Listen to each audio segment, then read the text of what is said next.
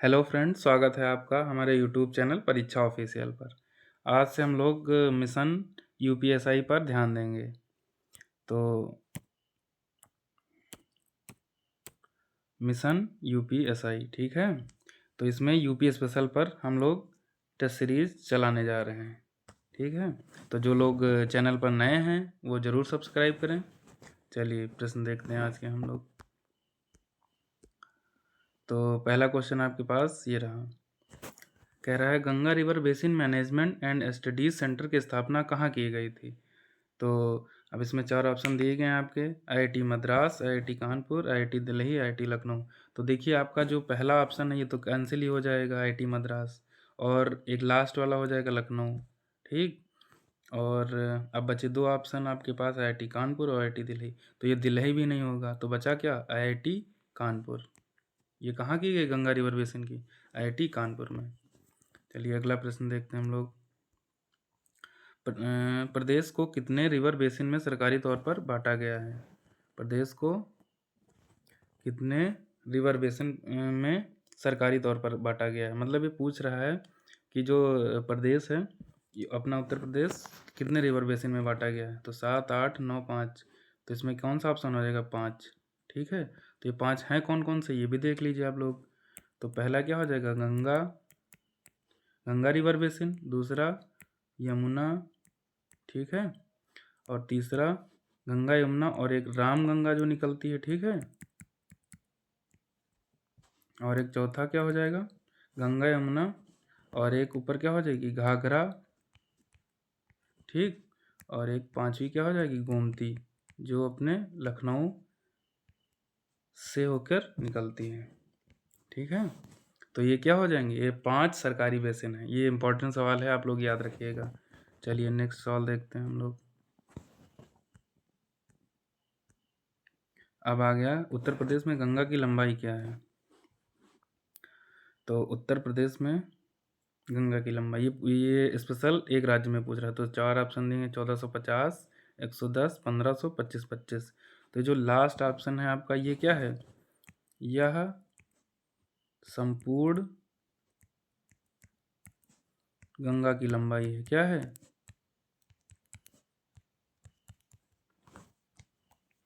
ये संपूर्ण गंगा की लंबाई 2525, ठीक। और जो अपने उत्तर प्रदेश में है, यूपी में क्या है, यूपी में इसका क्या होगा, पहला ऑप्शन होगा। ये कितना है, ये यूपी में है लंबाई 1450 किलोमीटर, ठीक है। और 110 क्या है, ये यूके में है, क्योंकि अपना ये जो यूके है अपने यूपी से ही अलग हुआ था। तो कभी कभी ये भी पूछ लेता है कि उत्तराखंड में इसकी लंबाई कितनी है गंगा की। तो कितना हो जाएगा, 110। चलिए याद रखिएगा। अगला प्रश्न देखते हैं हम लोग। पूछ रहा है प्रदेश में गंगा नदी कितने जिलों से होकर बहती है, ठीक है। ये आसान सा सवाल है, आप सभी लोग जानते होंगे। तो कितने जिलों से होकर बहती है ये, इसमें कौन कौन सा, 21, 23, 25 और 28। तो ये 28 जिलों से होकर बहती है। कितने, 28 जिलों। कहीं कहीं पर क्या है, 27 भी दिया है। तो ऑप्शन में अगर 28 नहीं है तो 27 हम लोग लगाएंगे। याद रखिएगा ये सवाल। चलिए नेक्स्ट सवाल देखते हैं हम लोग। राज्य में सर्वाधिक गंगा तट वाला जिला कौन सा है, ये अच्छा क्वेश्चन है आपका, ठीक है। तो इसमें क्या क्या दिया है, वाराणसी, प्रयागराज, बदायूं, कानपुर। तो इसमें सब जो बच्चे हैं वो सबसे ज़्यादा क्या लगाएंगे, वाराणसी, जो कि गलत होगा। इसमें क्या होगा, बदायूं होगा, ठीक है। कौन सा होगा, बदायूं होगा। बदायूं जो क्या है, सर्वाधिक गंगा तट वाला क्या है, जिला है अपने यूपी में। चलिए अगला सवाल देखते हैं हम लोग। गंगा नदी को राष्ट्रीय दर्जा कब दिया गया, चलिए बताइए आप लोग। तो गंगा नदी को राष्ट्रीय दर्जा कब दिया गया, 9 नवंबर 2000, 1 नवंबर 1956, 8 नवंबर 2006, 4 नवंबर 2008।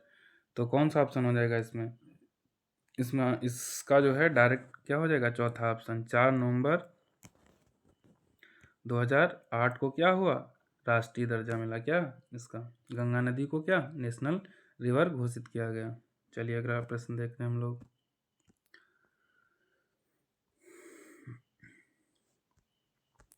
प्रदेश में यमुना, हाँ अब ये देखिए अच्छा क्वेश्चन है। ऊपर क्या था हम लोग पढ़े थे, गंगा ऊपर कौन सा क्वेश्चन था एक, हाँ, प्रदेश में गंगा नदी कितने जिलों से होकर बहती है? और ये क्वेश्चन देखिए क्या है अगला वाला, प्रदेश में यमुना नदी कितने जिलों से होकर बहती है? ये भी अच्छा क्वेश्चन है अपने आप में, ठीक है। तो गंगा तो आम क्वेश्चन है, जब ये बात करें किसकी, यमुना की, किसकी बात करें, यमुना नदी कितने जिलों से होकर बहती है, तो ये यूपी में कितने जिलों से होकर बहती है? 20 जिलों से, याद रखिएगा आप लोग, कितने, 20 जिलों से। चलिए अगला प्रश्न देखते हैं हम लोग, ये भी अच्छा क्वेश्चन है। जिरगो जलाशय, जिरगो या इसका दूसरा नाम भी क्या कहीं कहीं लिखा होता है, जरगो, क्या है, जरगो बांध। जरगो बांध किस जिले में और कितने मीटर ऊंचा है, ठीक है। तो ये कहाँ पे है आप लोगों का, तो बताइए आप लोग कौन कौन से हैं इसमें ऑप्शन। वैशाली, मिर्ज़ापुर, सोनभद्र, इटावा। तो ये कहाँ पे होगा, वैशाली में भी नहीं होगा अपना, ये कहाँ पे होगा, ये होगा मिर्ज़ापुर में। और मिर्ज़ापुर में भी कहाँ है, चुनार रोड पर, ठीक है। ये जो चुनार रोड पड़ती है मिर्ज़ापुर में, वहाँ पे है, क्या है, जरगो जलाशय या जिरगो जलाशय। चलिए अगला प्रश्न देखते हैं हम लोग। अगला प्रश्न है, माता टीला बहुउद्देशीय बांध परियोजना की ऊंचाई एवं जिला क्या है, ठीक है। तो ये क्या हो जाएगा, माता टीला कहाँ पे है, जो बांध बहुउद्देशीय परियोजना बनाई गई, कौन सा डिस्ट्रिक्ट है, तो ललितपुर, सोनभद्र, प्रयागराज, वाराणसी। तो ये कौन सा जिला हो जाएगा यूपी का, ये हो जाएगा ललितपुर, क्या हो जाएगा, ललितपुर, ठीक है। यूपी के ललितपुर में। ये कितने मीटर ऊंचा है, 35 मीटर है, ठीक है, आप लोग याद रखिएगा। चलिए अगला प्रश्न देखते हैं हम लोग। राज्य का प्रथम पक्षी विहार कौन सा है, कौन सा है, ये पूछ रहा है, राज्य का प्रथम पक्षी विहार कौन सा है। तो बखीरा पक्षी विहार, ओखला पक्षी विहार, चंद्रशेखर आज़ाद पक्षी विहार, सुरहाताल पक्षी विहार। तो अब कुछ लोग इसमें कंफ्यूज हो जाएंगे, क्यों, क्योंकि इसमें नवाबगंज पक्षी विहार नहीं दिया गया है, तो अब इसका क्या है, नाम बदल दिया गया है। तो इसमें ऑप्शन कौन सा हो जाएगा, इसमें हो जाएगा आपका चंद्रशेखर आज़ाद पक्षी विहार, ठीक है। इसी का दूसरा नाम क्या है, नवाबगंज पक्षी विहार, नवाबगंज पक्षी विहार, ठीक है। तो इसी नवाबगंज पक्षी विहार का नाम चंद्रशेखर आज़ाद पक्षी विहार कर दिया गया, कब किया गया था, ये 2015 में किया गया था, कब किया गया था, 2015 में, ठीक है। आप लोग याद रखिएगा, अच्छा क्वेश्चन है। तो राज्य का प्रथम पक्षी विहार कौन सा है, नवाबगंज पक्षी विहार या चंद्रशेखर आज़ाद पक्षी विहार। चलिए नेक्स्ट क्वेश्चन देखते हैं हम लोग। पूछ रहा है, राज्य का सबसे छोटा पक्षी विहार कौन सा है, तो लाख बहौज पक्षी विहार, कन्नौज, शेखा पक्षी विहार, अलीगढ़, सांडी पक्षी विहार, हरदोई, सूर सरोवर पक्षी विहार, आगरा। तो राज्य का सबसे छोटा पक्षी विहार लाख बहौज, देखिए यहाँ पर क्या है, 4 ऑप्शन है, ये जो है हमारे टाइपराइटर महोदय ने इसको गलत कर दिया है, क्यों, क्योंकि ये जो राज्य का सबसे छोटा पक्षी विहार है, इसका नाम है एटा पक्षी विहार, जो कि कहाँ पे है, पटना में। और ये पटना कहाँ है, ये पटना बिहार वाला पटना नहीं है, ये क्या है, अपना यूपी में पटना है, ठीक है। तो सबसे छोटा पक्षी विहार क्या हो जाएगा, एटा, एटा क्या है, एटा पटना, एटा पक्षी विहार क्या हो जाएगा, एटा पक्षी विहार, जो कि क्या है, पटना डिस्ट्रिक्ट में है, ठीक है। और कहाँ पे है, अपने यूपी में ही है। और जो सबसे बड़ा हो जाएगा वो क्या, कौन सा हो जाएगा, ये लाख बहौज कन्नौज, ये क्या है, सबसे बड़ा। तो आप लोग याद रखिएगा, ठीक है। तो सबसे बड़ा पक्षी विहार कौन सा हो जाएगा, लाख बहौज पक्षी विहार, जो कि कन्नौज में है, ठीक है, अपने यूपी में। और सबसे छोटा पटना एटा में, ठीक है। चलिए आप लोग ये याद रखिएगा, ये इंपॉर्टेंट क्वेश्चन है। अगला प्रश्न देखते हैं हम लोग। सबसे कम साक्षरता और सबसे अधिक साक्षरता वाले ज़िले कौन कौन से हैं। तो सबसे एक पूछ रहा है, पहला पूछ रहा है कम, दूसरा पूछ रहा है ज़्यादा। तो इसमें 3 ऑप्शन ऊपर में से एक दिया है, कोई नहीं, ठीक। तो पहला श्रावस्ती गौतम बुद्ध श्रावस्ती, बागपत और गौतम बुद्ध नगर। तो सबसे कम कहाँ पे होगी, गौतम बुद्ध नगर या श्रावस्ती में। तो सबसे कम जो है श्रावस्ती में होगी, ठीक है। और सबसे अधिक कहाँ होगी साक्षरता, गौतम बुद्ध नगर यानी जीबीटी में, गौतम बुद्ध नगर, ठीक है। तो श्रावस्ती में क्या है, ये यहाँ पे क्या भगवान बुद्ध ने ही सबसे अधिक उपदेश दिए थे, और यहीं की जो है सबसे साक्षरता कम है। ठीक है, ये क्या है, उल्टा है, विरोधाभास है। तो ऐसे सब लोग याद किए हैं इसको। तो सबसे कम साक्षरता कहाँ पे है, श्रावस्ती में, और सबसे अधिक गौतम बुद्ध नगर में। तो कौन सा ऑप्शन से हो जाएगा, पहला। चलिए अगला प्रश्न देखते हैं हम लोग। ये अच्छा क्वेश्चन है। लखनऊ चित्रकला शैली के जनक हैं, ठीक है। तो चित्रकला शैली के जनक पूछा है इसने, तो इसमें ऑप्शन कौन कौन से हैं, अमीर खुसरो, तानसेन, असित कुमार हलदार, हरिपाल। ठीक है, तो इसमें बताइए कौन सा होगा आप लोग। तो इसमें ना अमीर खुसरो होंगे, ना तो तानसेन होंगे, ना तो हरिपाल होंगे। इसमें कौन हो जाएंगे, असित कुमार हलदार। कौन हो जाएंगे, असित कुमार हलदार। आपका तीसरा ऑप्शन सही। चलिए अगला प्रश्न देखते हैं हम लोग। ये भी अच्छा क्वेश्चन है। मुगल शैली का सर्वोत्कृष्ट नमूना है, क्या पूछ रहा है, मुगल शैली का सर्वोत्कृष्ट नमूना है। तो अटाला मस्जिद जौनपुर, बड़ा इमाम बाड़ा, ताजमहल, मोती मस्जिद। तो बताइए कौन सा होगा मुगल शैली का। तो बड़ा इमाम बाड़ा होगा या ताजमहल होगा।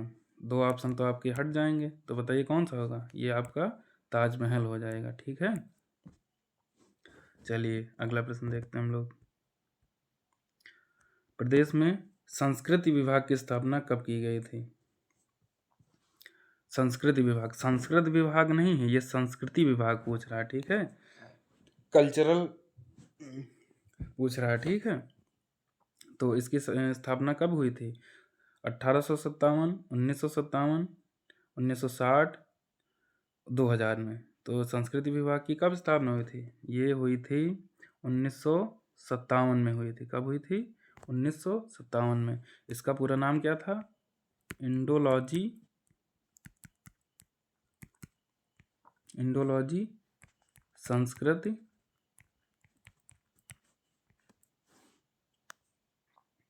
संस्कृति विभाग करके था, ठीक है। ऐसे इसका नाम था। चलिए ये क्वेश्चन याद रखिएगा, इंपॉर्टेंट क्वेश्चन है। अगला प्रश्न देखते हैं हम लोग। इटावा घराना प्रसिद्ध है, तबला वादन है तो सितार वादन है तो शहनाई वादन, सारंगी। तो अब इसमें इटावा घराना पूछ रहा है, ठीक है। तो इसमें तबला वादन होगा नहीं, शहनाई ये भी नहीं होगा, सारंगी ये भी नहीं होगा। क्या होगा, सितार वादन है। तो किस लिए, सितार वादन। और भी इसमें क्या था, एक इसमें एक संगीत था, कौन सा था, सर बहार, सूर बहार, हाँ सूर बिहार था, सूर बहार था, सूर बहार संगीत, ठीक है। इटावा घराना में दो चीज़ें प्रसिद्ध थी, सूर बहार संगीत और सितार वादन। चलिए, और इटावा घराना के जो संस्थापक थे कौन थे, इनका नाम क्या था, ये अच्छा क्वेश्चन है, आता है। ये था इमदाद खान। कौन थे, इटावा घराना के जनक या संस्थापक कह लीजिए, इमदाद खान थे। चलिए अगला प्रश्न देखते हैं हम लोग। प्रदेश का एकमात्र शास्त्रीय नृत्य है, तो बताइए, आसान सा क्वेश्चन है, बिल्कुल आसान सा क्वेश्चन है। प्रदेश का एकमात्र शास्त्रीय नृत्य कौन सा है, कथकली है, कथक है, रसिया है, भरतनाट्यम। कौन सा हो जाएगा, भरतनाट्यम तो आपका क्या है, तमिल का है, तमिलनाडु का है, ठीक है। तो और क्या हो जाएगा, रसिया ये भी नहीं होगा। कथकली क्या है, ये केरल का है। तो अपने यूपी का क्या हो जाएगा, कथक हो जाएगा। क्या हो जाएगा, क्या हो जाएगा, यूपी का कथक। तो कौन सा ऑप्शन सही है, दूसरा वाला। प्रदेश का एकमात्र शास्त्रीय नृत्य अपने यूपी का क्या है, कथक है। अगला प्रश्न देखते हैं हम लोग। भारतीय राष्ट्रीय कांग्रेस की स्थापना कब हुई थी, ये भी आसान सा क्वेश्चन है। तो बताइए आप लोग, कब हुई थी, 25 दिसंबर 1915, 1875, 1885, 1995। तो ये आसान सा क्वेश्चन है, ज़्यादा कठिन भी नहीं है। चलिए बताइए, इसमें कौन सा हो जाएगा, तीसरा ऑप्शन हो जाएगा, 1885 में। और किसने की थी, इसके संस्थापक कौन थे, राष्ट्रीय कांग्रेस की, भारतीय राष्ट्रीय, ए ओ ह्यूम थे। कौन थे, A O Hume, Allan Octavian Hume थे, ठीक है। चलिए अगला प्रश्न देखते हैं हम लोग। भारतीय राष्ट्रीय कांग्रेस के पहले अधिवेशन में कितने लोग शामिल हुए थे। तो जो पहला कांग्रेस हुआ था, आईएनसी अर्थात इंडियन नेशनल कांग्रेस, ठीक है, जो अधिवेशन हुआ था, तो उसमें पहले अधिवेशन में कितने लोग शामिल हुए थे, 71, 72, 73, 74। तो बताइए कितने लोग शामिल हुए थे। तो इसमें शामिल हुए थे 72 लोग। ठीक है, ठीक है, आप लोग ऐसे याद रखिएगा 72 सिंह से। ठीक है, कितने लोग, 72 लोग शामिल हुए थे। तो आप लोग कैसे याद रखेंगे इसको, 72 सिंह से। ठीक है, चलिए अगला प्रश्न देखते हैं हम लोग। ये पूछ रहा है आईएनसी के पहले मुस्लिम अध्यक्ष कौन थे, मतलब भारतीय राष्ट्रीय कांग्रेस के पहले मुस्लिम अध्यक्ष कौन थे। तो ये कौन थे, ये फिरोज शाह मेहता थे, रहमतुल्लाह सैनी थे, मौलाना बदरुद्दीन तैयब जी थे, मौलाना अबुल कलाम आज़ाद थे। तो इसमें कौन थे, इसका ऑप्शन हो जाएगा सी, बदरुद्दीन तैयब जी। ये कौन सा था, तीसरा अधिवेशन। इसमें क्या था, बदरुद्दीन तैयब जी जो हैं पहले मुस्लिम अध्यक्ष बने थे। चलिए अगला प्रश्न देखते हैं। आईएनसी के प्रथम अंग्रेज अध्यक्ष कौन थे, ये भी अच्छा क्वेश्चन है, बहुत बार पूछा गया है। तो एनी बेसेंट थी, जॉर्ज यूले थी, विलियम वेडनबर्न थे, लॉर्ड माउंटबेटन थे। तो इसमें कौन हो जाएगा, जॉर्ज यूल। ठीक है, ये कहाँ के थे, इलाहाबाद से। ठीक है, चलिए अगला प्रश्न देखते हैं हम लोग। वंदे मातरम समाचार पत्र के लेखक कौन है, बताइए आप लोग। ये तो बहुत फेमस क्वेश्चन है। तो इसके क्या हो जाएंगे, अरविंद घोष। कौन हो जाएंगे, अरविंद घोष। तीसरा ऑप्शन आपका सही हो जाएगा। अगला प्रश्न देखते हैं। अब आ गया अन्य समाचार पत्र। तो इसमें पूछ रहा है पहला क्या है, कॉमरेड। क्या है, कॉमरेड। तो बताइए कॉमरेड किसका था। तो ये कॉमरेड था, ये मौलाना मोहम्मद अली जी का था। किसका था, मौलाना मोहम्मद अली का क्या कॉमरेड था। कॉमनवेल्थ जो साप्ताहिक था, ठीक है, वीकली जो था, ये किसका था, बताइए ये किसका था, कॉमनवेल्थ किसका था, एनी बेसेंट जी का था। किसका था, एनी बेसेंट जी का था। और न्यू इंडिया, ठीक है, ये किसका था, ये भी इनका था, इनका था, एनी बेसेंट का था। और एक है द इंडियन ओपिनियन, ये किसका था, ये था गांधी जी का। किसका था, ये समाचार पत्र किसका था, गांधी जी का। ठीक है, देखिए आप लोग इसमें कंफ्यूज हो सकते हैं, एक न्यू इंडिया है और एक यंग इंडिया है। ठीक है, तो जो यंग इंडिया है, दूसरा पेन ले लेते हैं। यंग इंडिया जो है,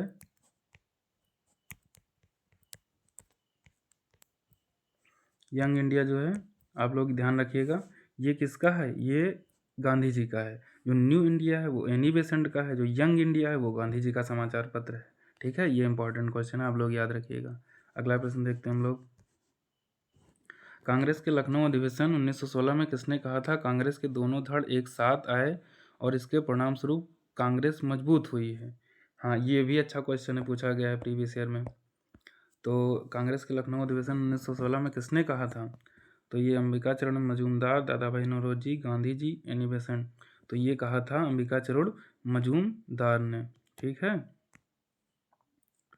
तो यहाँ पे क्या हुआ था, 1916 में मुस्लिम लीग और इनका क्या हुआ था, समझौता हुआ था। ठीक है, तो अंबिका चरण मजूमदार क्या थे, अध्यक्ष थे। ठीक है, चलिए अगला प्रश्न देखते हैं।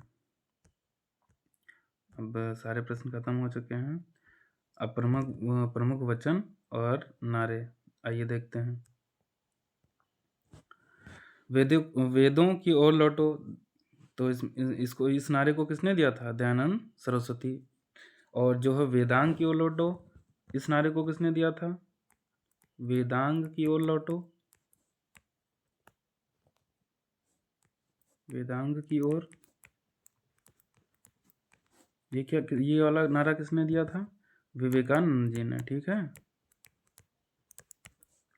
आप लोग याद रखिएगा।